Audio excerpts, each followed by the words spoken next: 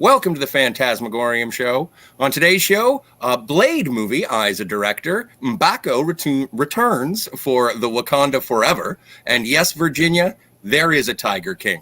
Let's go.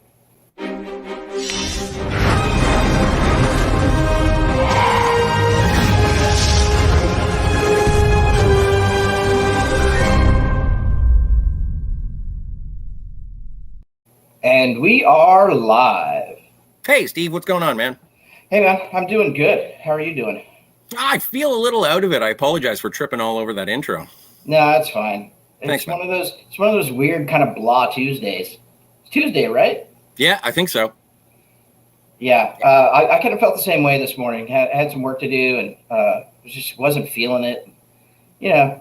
But we have a lot of stuff to talk about. So I think this is going to be a great show. Oh, it's going to be fantastic. So, it's going to be Fantasmagorium. Let's get some of the housekeeping out of the way, and then we'll dive right into it. Like we do every day, please, we say please like, share, and subscribe. Smash the like button, smash the subscribe button, click that little bell so you get notifications when we go live. We did drop, for anybody who's interested, we cut out the review for the Fear Street trilogy of movies that we did yesterday. So that's in a nice tight little package on the channel. So if you're interested in that, please check that out. Also, if you'd like to send us a tip with your comment or question, please do so. www.streamelements.com/phantasmagoriumshow/tip. We also have a website where you can find our shows, our clips, also a link to our audio-only podcast. Please visit www.phantasmagoriumshow.com. So, with that down and out of the way, Scotty, why don't we talk about our top story of the day? Usually we kind of we tease the top story, and we'll do some other stories first, but this one is a big one, so I figured we'll do it right off the top. It looks like Marvel has found their director for their Blade movie.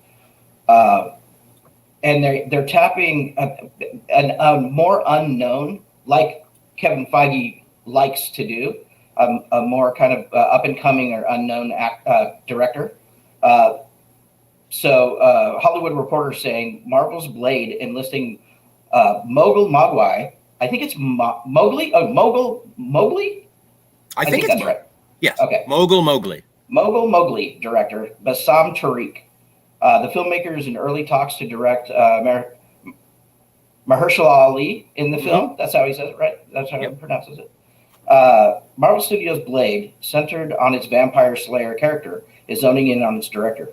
Bassam Tariq is in early talks to helm the feature project, capping off a search that began in fall of 2020. Tariq is known for directing the rap drama Mowgli? God, that's a weird name.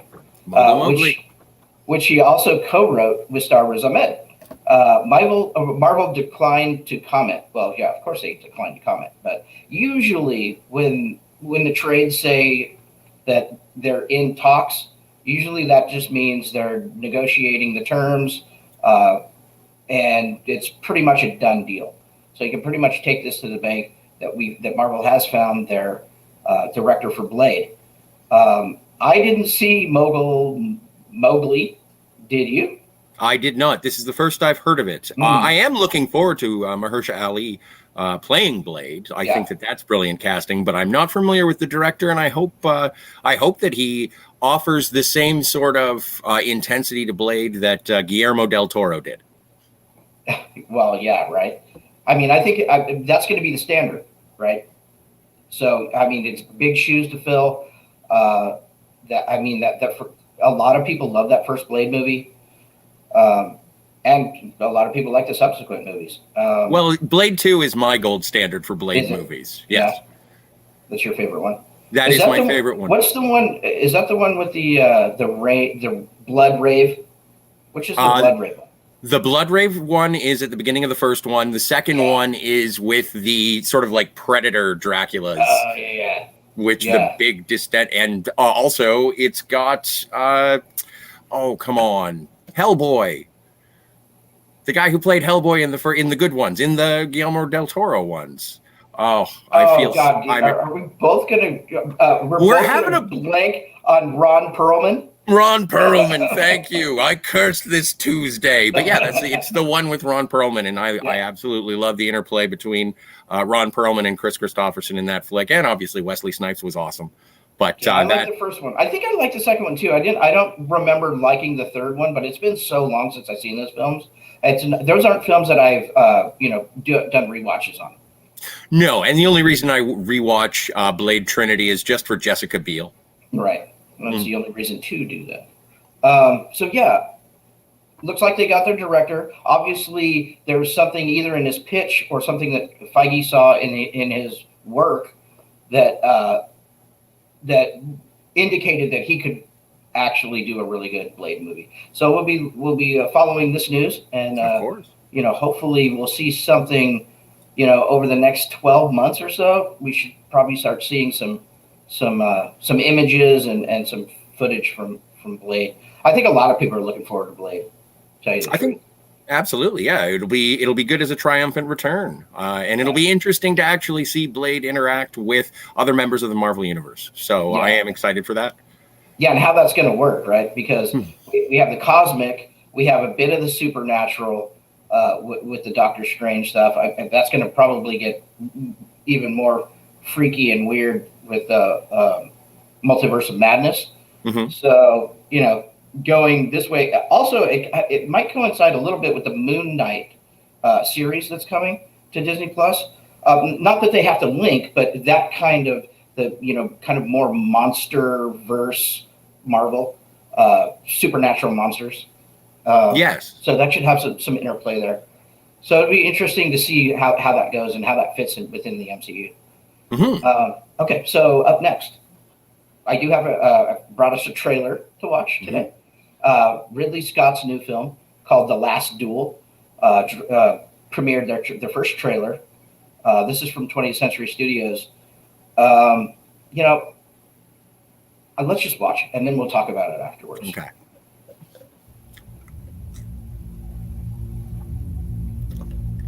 There is only one question that matters. Do you swear on your life that what you say is true?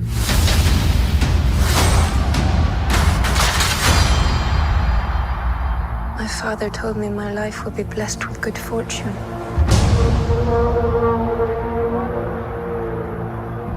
I'm married.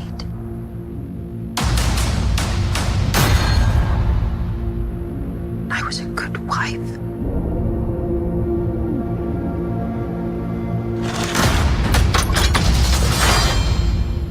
And then was judged and shamed by my country.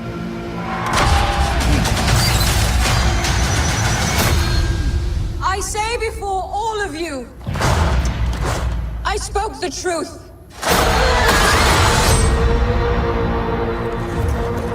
A most unspeakable charge has been brought against you.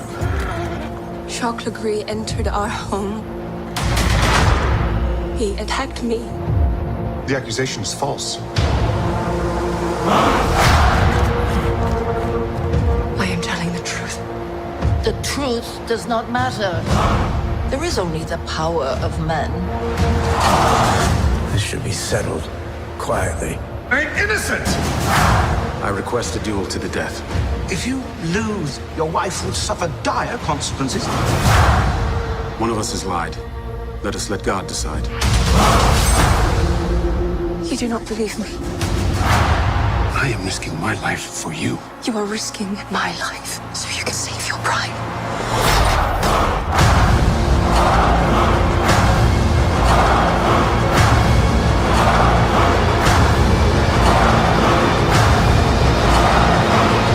The penalty for bearing false witness is that you are to be burned alive. I will not be silent.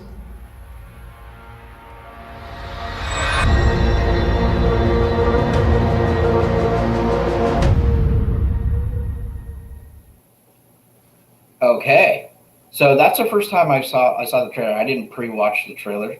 That is not what I expected. When I heard about this Ridley Scott film coming out, it sounded to me like a smaller kind of character study movie. That's not what I just saw. This thing looks pretty grand in scale. Obviously, Jodie Comer, we love from Killing Eve. Adam Driver, obviously. Great to see Matt Damon again.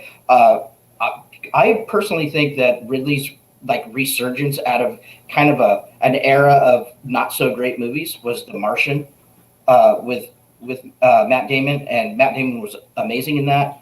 I thought Ridley Scott really was back to form in that movie, or with that movie. And it does say Ben Affleck. And did you see Ben Affleck in there? Oh yeah, I totally missed it for some reason. Ben Affleck was all blonded up, but I was going to make a Goodwill Hunting in the 14th century joke. But yeah, I'll have to watch it again. But yeah, dude, this looks really good, based on a true story, which is cool. I'm always kind of a sucker for true stories and period pieces. So man, I'm in. What did you think?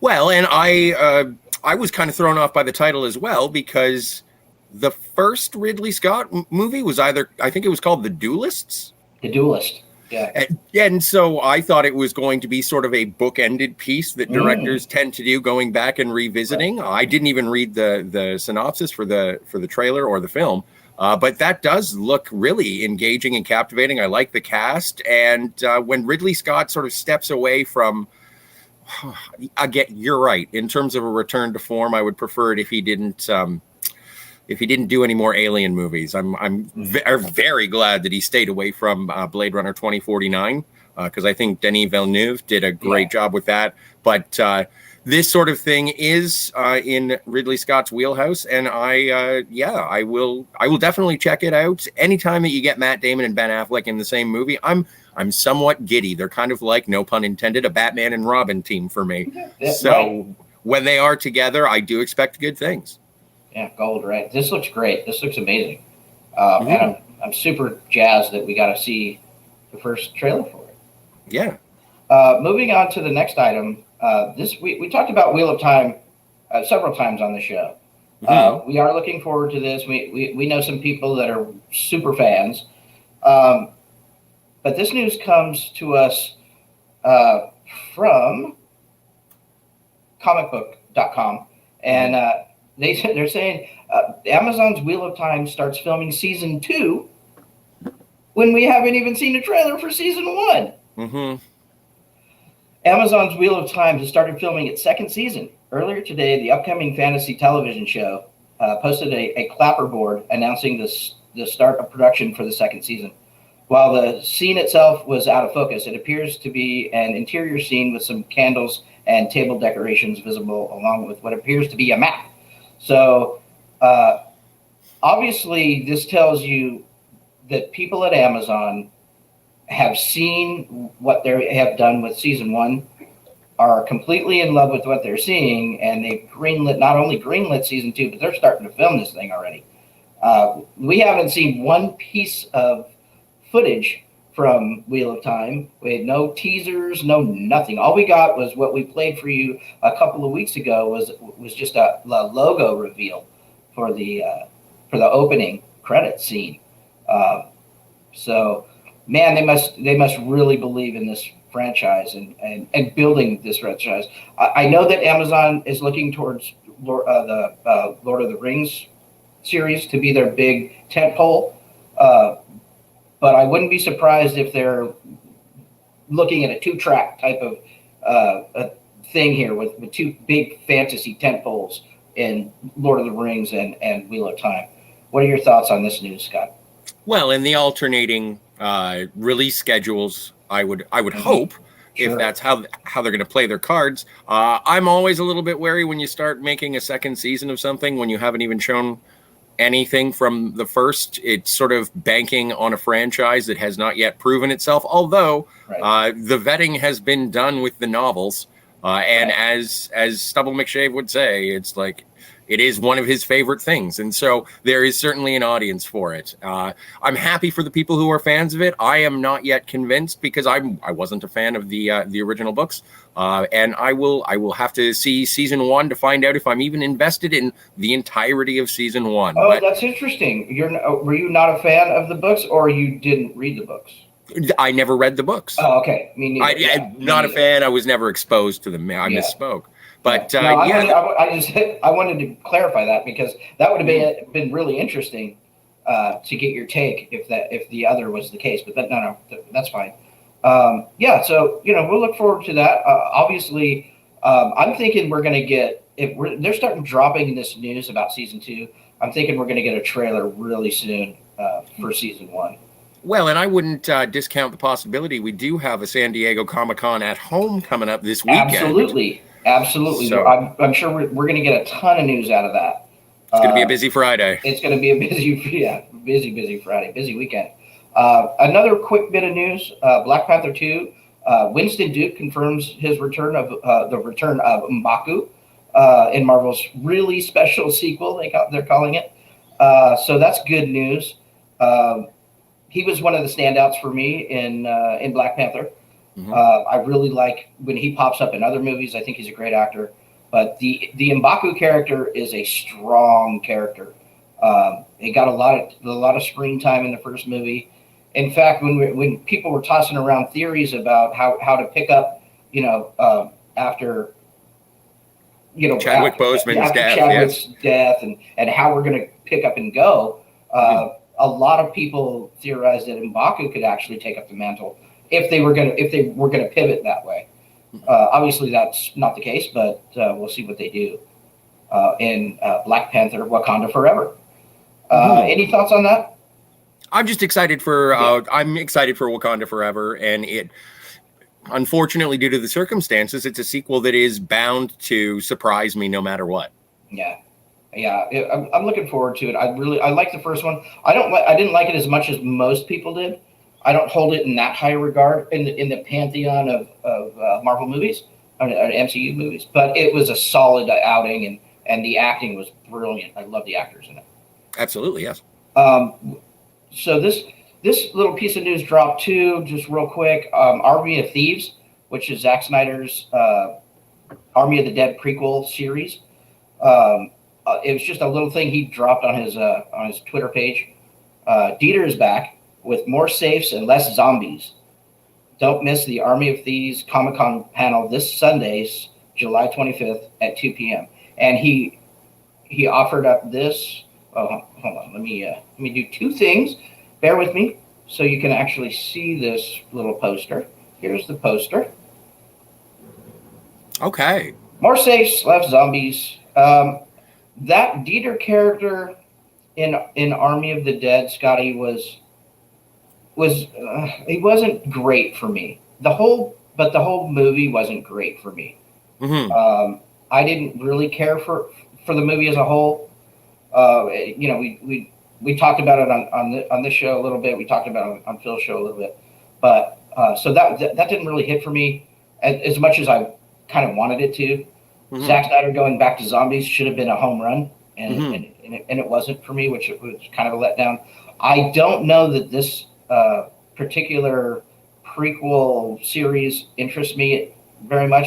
I wasn't that fond of the Dieter character. He's okay. It's okay.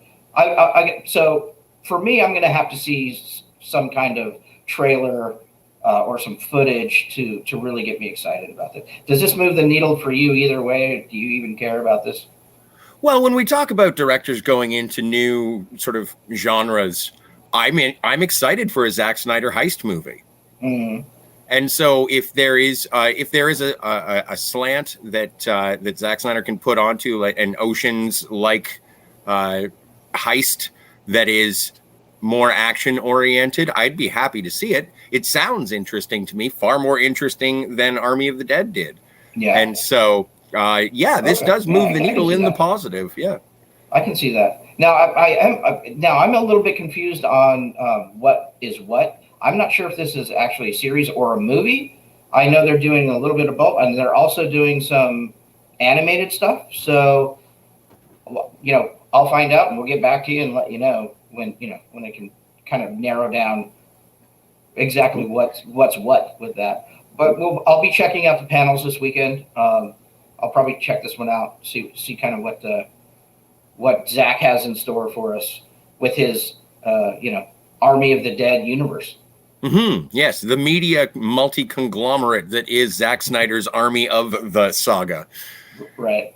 Army of the Saga, yeah. Mm-hmm. Next up, this dropped, another trailer dropped right before we went on air. James Wan's Malignant arrives in theaters and on HBO Max September 10th. So let's check out Malignant. Okay, well, that looks like a scary one. Yes. Right? That looks pretty scary. That does look scary, and I have a funny feeling as long as I'm going to be a part of this show, I'm going to have to start catching up on my horror movie viewings. And but that one is really, really intriguing. It looks good, and considering we were talking about The Ring and Ringu yesterday, that the comparison between what these movies used to be, where it was all just slow burn, tension building, and then at the end you would see something crazy. Maybe you'd see a kill or two in between during the movie, but it was definitely a tension that would be built throughout the movie. This movie looks like something that is akin to almost like a supernatural horror action. Right. And but also kind of a psychological component to it as well. It doesn't look like it's going to be a slow burn, but it also doesn't look like it's going to be a jump scare fest. Maybe. And again, as I just mentioned, I'm going to have to brush up on my horror, but that looks good. Yeah, that actually does look good. So that premieres September 10th in theaters and on HBO Max. Thumbs up for me so far. I mean, look, the movie could turn out to be total crap. I don't know. But it looks pretty scary and looks pretty good. Would love to get Black Phillip Alvarez's take on that. We'll have to watch that movie and do a review. Mm-hmm. All right. Next on the list, Tiger King series. Now, here we go with the Tiger King again. We're out. This show always comes back to Tiger King somehow. We just brought you the news at the end of last week that Nick Cage is unfortunately out of the Amazon version of the Tiger King. Well, little did I know that the Peacock Network has their own Tiger King series coming. So, Tiger King series. First look at John Cameron Mitchell as Joe Exotic revealed. Production on what's that? I just said wow. Right. I'm looking at the picture, and I'm a huge fan of Hedwig and the Angry Inch, and so to see him playing Joe Exotic, it's like, oh, okay, yeah, no, that makes sense. Do you want to read this one out? Absolutely. Production on Peacock's Joe Exotic TV series, a dramatization of the events made famous by Netflix's Tiger King docudrama, has started production, and the first photos have arrived online, showing off Hedwig and the Angry Inch actor John Cameron Mitchell in the role of Joe Exotic. People confirmed the production. I'm assuming that's the publication People. Yes. Confirmed the production start with one of the first photos of Mitchell, while our sister site Pop Culture spotted another in which you can find below. That was the one that I was looking at. Opposite him in the series will be Kate McKinnon, really? In the role of Carol Baskin, Exotic's real-life rival and the person whom Exotic attempted to have killed, resulting in his prison sentence. Yikers. So you can actually find this on comicbook.com if you'd like to look at the photos. The photo looks great. It looks just like him. Maybe a little thinner, but yeah. Maybe a little thinner, but yeah, the costuming is good. It looks like he'll fit the role just fine. But Scotty, I had no idea that this was even a thing over at the Peacock Network. So this might be one of the many reasons why Amazon decided to ixnay the Tiger King series of their own, along with a bunch of the other things that we mentioned before, the zeitgeist issues and other things. Yeah, and maybe just too much of a good thing. The only thing that gives me pause is Kate McKinnon. Yeah, right?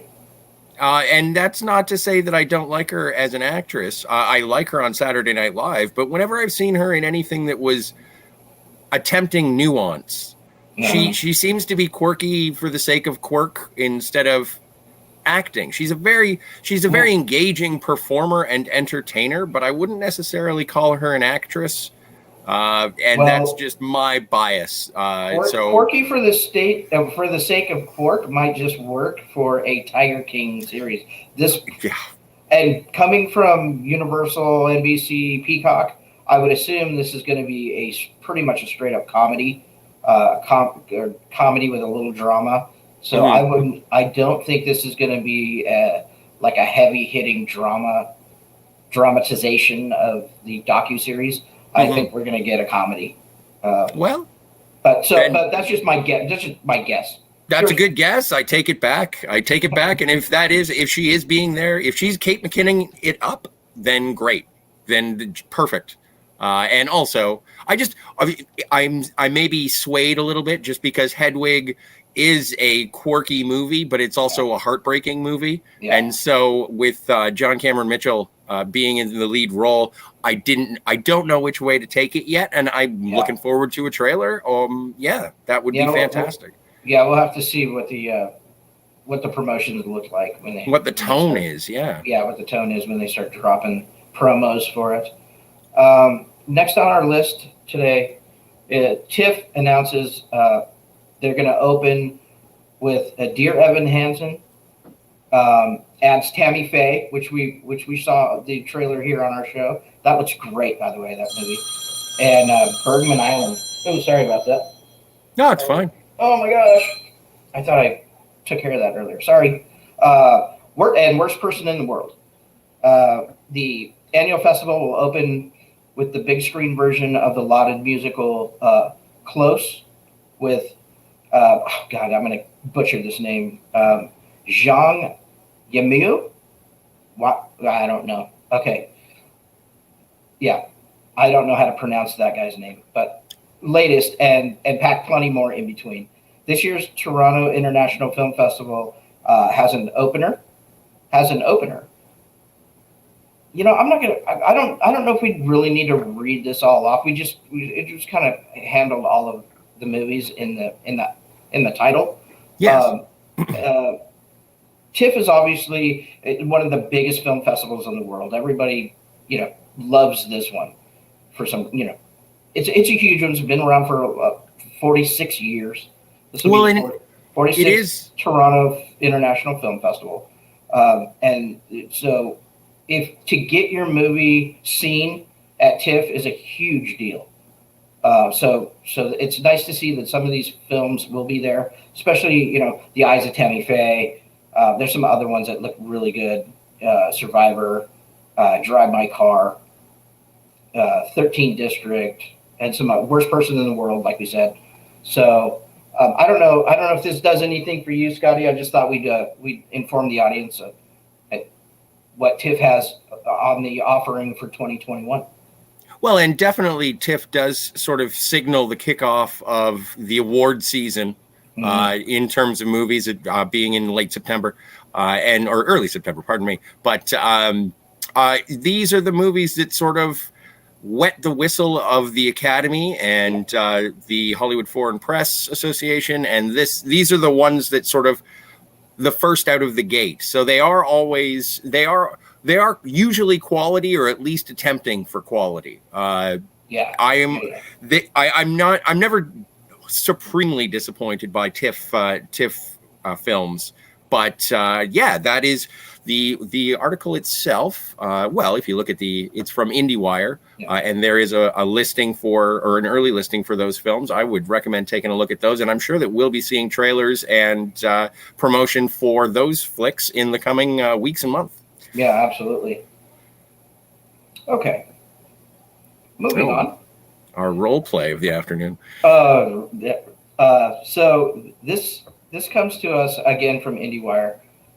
Blaming Disney Plus for the Black Widow drop was not a smart argument. By leaning on Disney Plus as the main reason for the Marvel movie box office disappointment, NATO made a case that's hard to believe. IndieWire's box office editor, Tom, how do you pronounce that name? I'm going to go with Brugman. Brugman.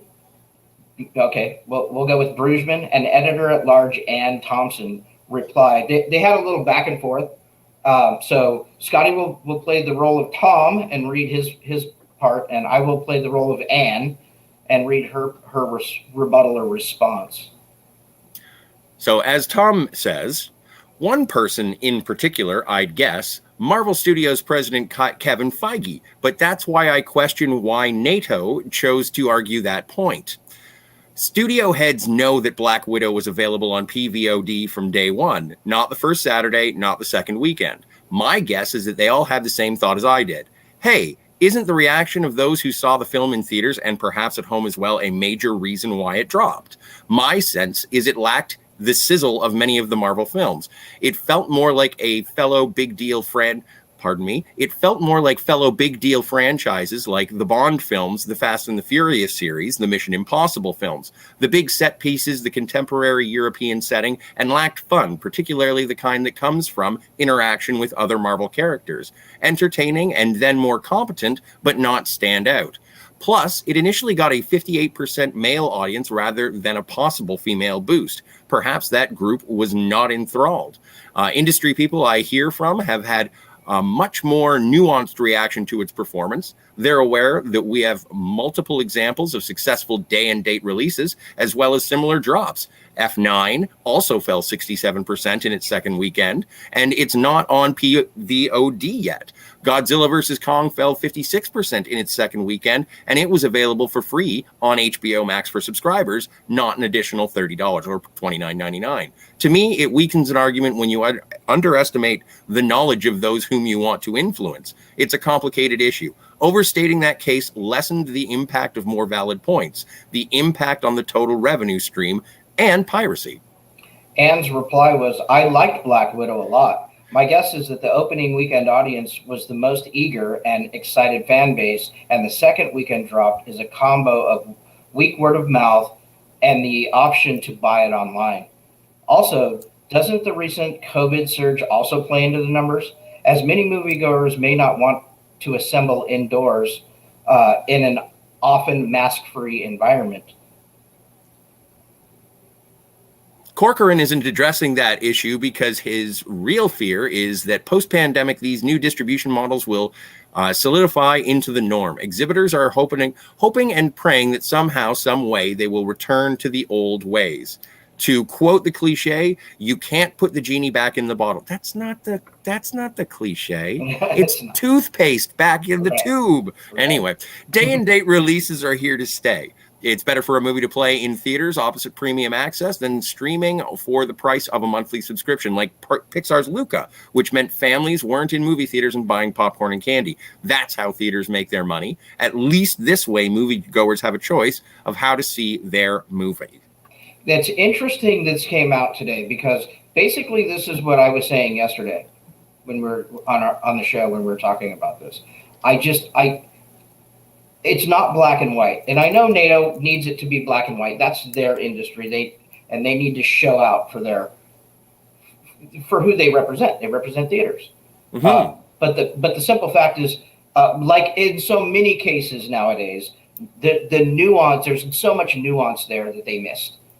There's so much other contributing factors that they just missed, unfortunately. And I think to their detriment, because I think people are looking at them now and saying, wait a minute, man, you can't just blame that. There's so many other things going on that contribute to this drop. And like, I'm sorry, what was his name? Tom. Like Tom pointed out, Fast 9 did the exact same numbers. Mm-hmm. So they dropped the same amount, 67%, week 1 to week 2. So it's really hard. I know everybody, wants to view every Marvel movie as $1 billion film, and anything that underneath that is underperformance, which is not true. But look, there's a lot of things that happened. I think Anne was right in saying that there's a lot of resurgence of COVID, a lot of media pressure to not go out, not to assemble in large groups, or without masks or what have you. So, I think they make really good points, and I actually liked seeing this today. I do like the pushback. Not that, we have to have pushback on everything, but I do like the fact that if you see something that doesn't really ring true, say something. And these editors did, and I applaud them for it. Oh, absolutely. And having that alternate with the fastest run to the 100 million domestic, there is sunshine and lollipops, and everyone is very excited. But if there is a big drop off, then people do. Well, what happened? Everyone's really happy when things are flowing in, but when it stops coming in, it's like, oh, we thought it was going to be like this forever. Right. And it's not a thing. And as one of the editors mentioned, the theaters want to go back to the way it was. It's like, okay, we have a big movie. We're gonna be over $1 billion. There's gonna be popcorn flowing, and everyone's gonna be getting extra large sodas, and it's gonna be great. But it is. Movie theaters are basically going to be the place for the hardcore fans of any film, and it is going to be based on the marketing. And also, as I mentioned yesterday, spoilers, she dies. Right. So there is, for the people who are fans, even fans of Marvel, such as myself, I have no investment. I know what happens. She's getting out of it alive. That's part of the reason why I liked Infinity War so much, is because they lost at the end. I think, look, all of those issues that we brought up yesterday, I think they're all contributing factors. And those are big deals, you know. All of these are big deals. It's not just one thing. And, I think NATO did itself a disservice by trying to make it one thing.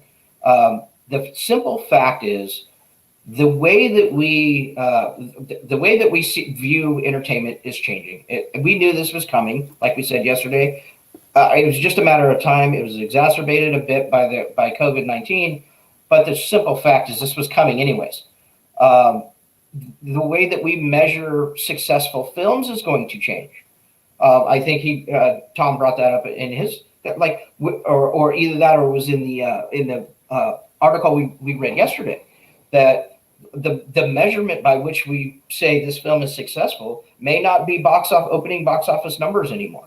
It may be a combination of this. It did this much on box office here. It did, 2 million households on PVOD over here, and that's there inevitably will be some new metric for which we measure these things.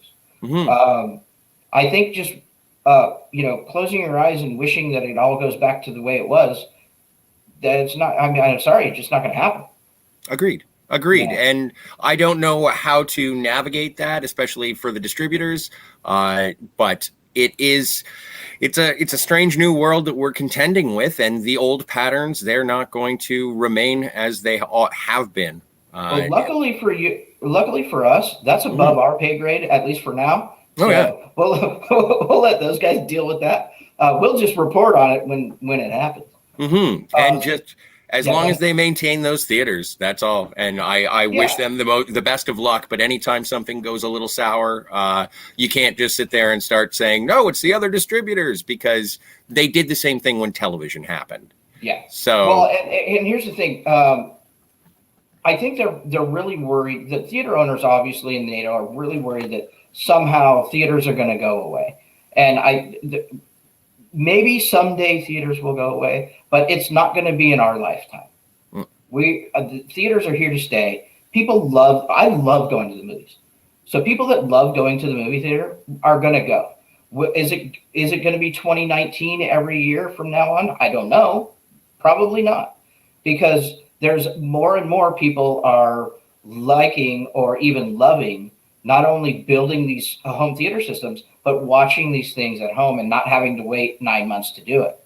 A lot of people will pay the money, or they'll subscribe to the right service that gives them the day and date for free, like HBO Max does. It's just a reality that the industry has to come to grips with and figure out the way forward. And it's not black and white. It's not like it's going to die out tomorrow. So being alarmist about it, I think, is not the right tact. Having a level head and tackling the issue, with clarity and purpose, I think is the best way forward. And hopefully, people in that it's their job to do so will take that tact. That's my hope, anyways. And I agree with you. We can have the best of both worlds. We can have the great theater going experience, and a great home experience as well. Well, and moving forward, it is the two options as well, something that is rarely considered. If I watch something like Godzilla versus Kong on my television, and now with the freedom and availability to go to a theater and watch that on a bigger screen with the surround sound, maybe me having HBO Max, seeing it and saying, no, I'll pay the $12 or $15 or whatever to go and see this the way that it was intended. So maybe even streaming and day and date releases for free with your subscription is a way to get people. It's almost like a full length ad. If it's that good, I remember I've heard so many stories of people saying I saw it X number of times in the theater when it first came out, talking about movies like Back to the Future, Aliens, Terminator 2, Titanic, Casino Royale, going through the ages, and that's just within my lifetime. Now, if there's something that is a revolutionary, extraordinary action movie or visual spectacle or just damn good movie that you want to see and have undivided attention on the screen, that is something that I could opt for. Like, I know they're doing day and date for The Matrix 4, and I may watch The Matrix 4 at home and say, nope, I'm going to need that in my entire eyeball. Right. Well, and it's also I guess it could be looked at as a status thing, for lack of a better term, for people that say, oh yeah, you saw that movie? Yeah, I saw it in the theater. Like, I saw that in the theater. So it makes the theater going experience even that much more special. Like, An event. No, I didn't just watch it at home. I went and saw it in the theater. Like, you got to go. So next time it comes to the theater, you got to get your ass out to the theater, bro. You know what I mean? Yes. So I think there's that too. And I don't know if NATO and some of the theater owners are really looking at it like that. They're looking at it all going one way and maybe not seeing the fact that, no, like you said, that watching it at home may be an ad to go buy a ticket to see it the way it was intended to be shown. Or intended to be seen. Well, and as I mentioned, they did this entire push against television when it was first introduced, and then there was a technical revolution in terms of widescreen and like Panavision and CinemaScope and the improved stereo sound and air conditioning and all of these things to try and entice people back to the theater. And so pointing at the villain and saying, no, it's your fault, this is why. And if that's a smoke screen or a straw man so that the shareholders say, okay, it's not your fault, little guy, then I think that maybe there should be, maybe we need some more 3D movies again, because 3D took off when it was at the theater, but it didn't do anything when it came to the home theater. That's so right. It's a difficult time to navigate, and I hope the North American theaters. What does the O stand for? Oh, good question. Because they actually just changed their name. Okay. I'm getting confused every time you say NATO. I'm thinking it used to be it used to be North American, but I think it's National Association of Theater Owners now. Of theaters owners. Okay, then that's theater where owners, yeah. Research. We do it well. So I think it used to be North American Theater Owners, and now I think it's National. Wait, no, I don't know. I might be confused, but it's something like that. Anyway, I hope that NATO can make their peace with what has happened, and moving forward, I hope that they innovate their industry to make it so that I want to go. And it's not all on the movies. A lot of it has to do with being on the movies. But whenever a movie drops off and everyone is upset that it didn't make as much money, I kind of feel like we're all watching some sort of sport when we're actually watching art. And the show business, I like the show. Other people get wrapped up in the business, especially if it is their business. Yeah. I can see in the chat right now, Todd Michael's probably saying, dude, you have Google right in front of you. Google it. Yeah, exactly. I don't know how to type or read. I apologize. Speaking of the chat, let's go see. We have a couple of chatters. We have a couple of chats from Todd Michael. So hey, Todd Michael. Get right into those and call it a day. Do you like apples? How do you like them apples? I like them apples. Medieval Good Will Hunting. It looks awesome. It does. It looks great. It really does look good. And then you can't put the poop back in the cat. That's true, but you can. The genie is trapped in the bottle. That's not the saying. Yeah, you can put the genie back in the bottle. That's where the genie lives. Have you never seen I Dream of Jeannie? Yeah. But you So, can't put anyway. the toothpaste back in the tube. That's the axiom, right? Yes. So whoever that guy was, he's wrong. Yeah. Yeah, Shane. Yeah. Yeah, Shane. Okay, so I think that's it for today, Scotty. Rather tight and concise show. Anything else you'd like to proffer before we get the hell on out of here?